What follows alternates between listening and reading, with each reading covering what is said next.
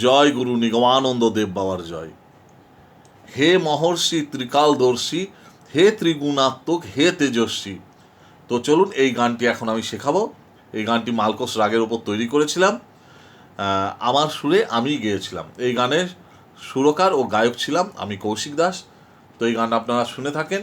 চলুন আমি দু লাইন গাইলেই আপনারা আরও ভালোভাবে বুঝতে পারবেন। হে মহর্ষি ত্রিকালদর্শী, হে ত্রিগুণাত্মক, হে তেজস্বী।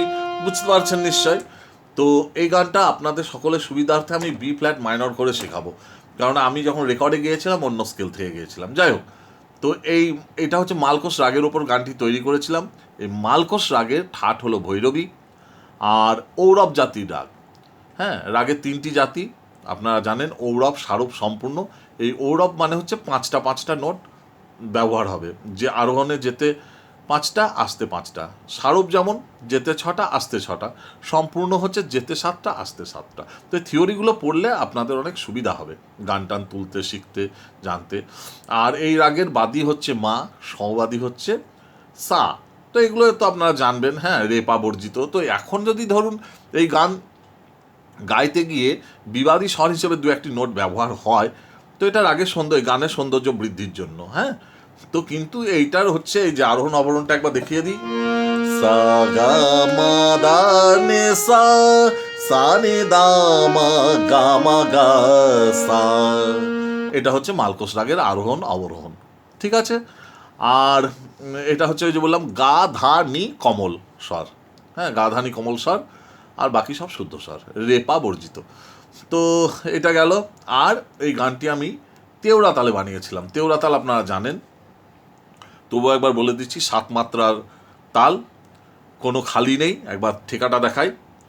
ধা দিন তা তে টে কা তা গদি ঘেনে ধা। ঠিক আছে, এটা হয়ে গেল। তো চলুন তাহলে আমি এইখান থেকে দেখাচ্ছি।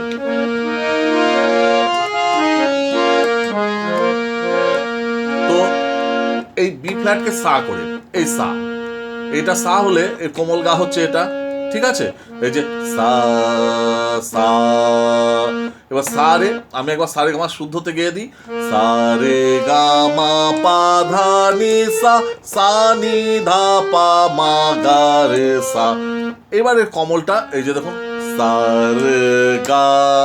বুঝতে পেরেছেন, এই কমল গা এটা। তো একবার বিকৃততেও মানে কমল স্বরেও গেয়ে দিচ্ছি। সা রে গা মা পা দা নি সা, সা নি দা পা মা গা রে সা। এবার আবার বলে দিচ্ছি, এর কিন্তু 3টে স্বর কমল এই গানটাতে, মানে মালকোষ রাগে, গা ধা নি। হ্যাঁ, তো চলুন গানটা আমি শুরু করি। B flat minor. গানটা কোথা থেকে উঠছে? এই সা, বি ফ্ল্যাট, কমল গা, বি ফ্ল্যাট মাইনর।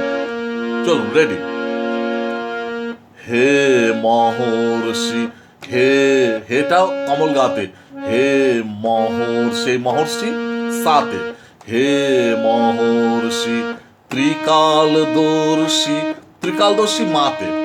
এই গানটা কিন্তু খুব কঠিন নয়। আপনারা অনেকে ভাববেন যে বাবরে এত কঠিন কঠিন কথা, এত কঠিন গান কি করে তুলবো। না, চেষ্টা করবেন, পারবেন।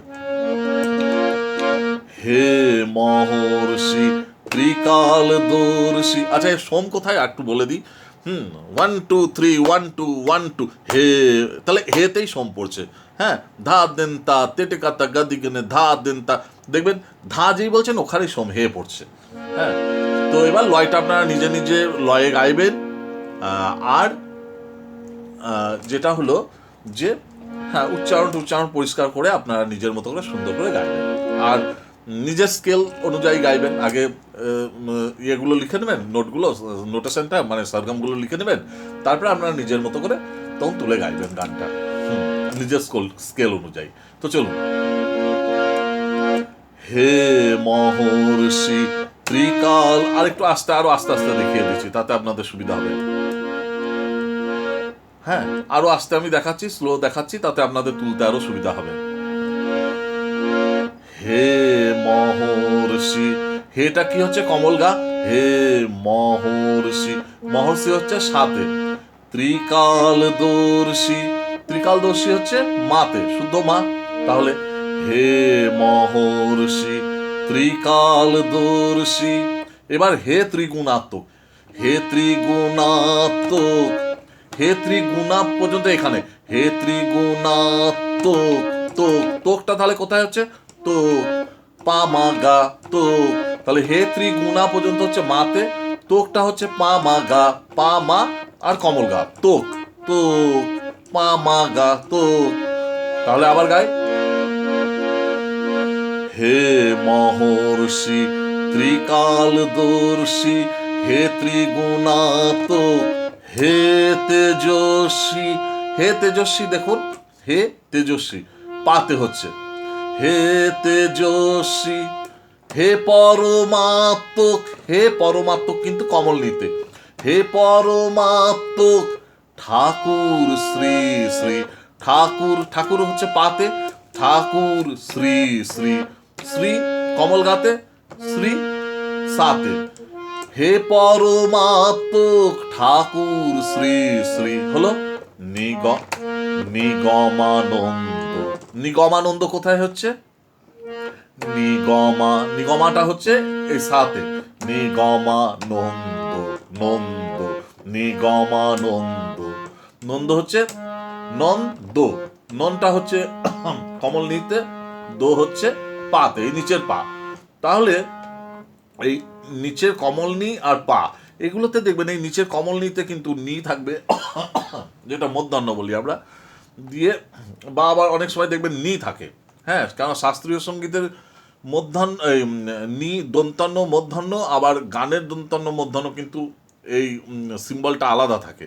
তো আমি জাস্ট একটা আপনাদের বোঝাচ্ছি, এই নিচের নি থাকলেও দেখবেন নিচের নি বোঝাতে এখানে নিচে ওই ফুটকি দেওয়া থেকে, হ্যাঁ, আর পাটা নিচে একদম এই যে এখানে এই পায়ের নিচে দেখবেন ফুটকি থাকবে। তো চলুন,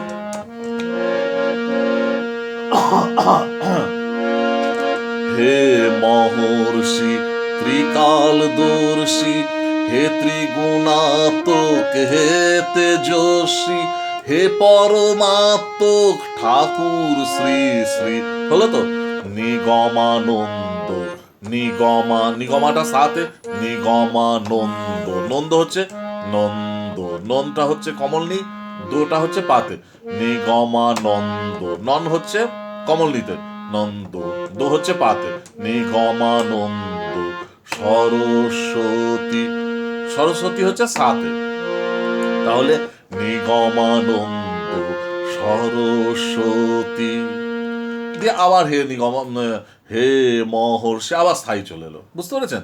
তো হলো এবার, এবার তো আপনারা অরিজিনাল গানটা তো শুনবেন, কোনটা কবার কোথায় ছেড়েছি কোথায় গিয়েছি, ইউটিউবে তো পাবেন, আপনারা জানেন বা শোনেন ফেসবুক ইউটিউবে। তো তখন আপনারা সেইভাবে লিখে নেবেন কোনটা কবার কবে কি গাইতে হবে। হ্যাঁ, এবার আমি অন্তরাতে যাচ্ছি।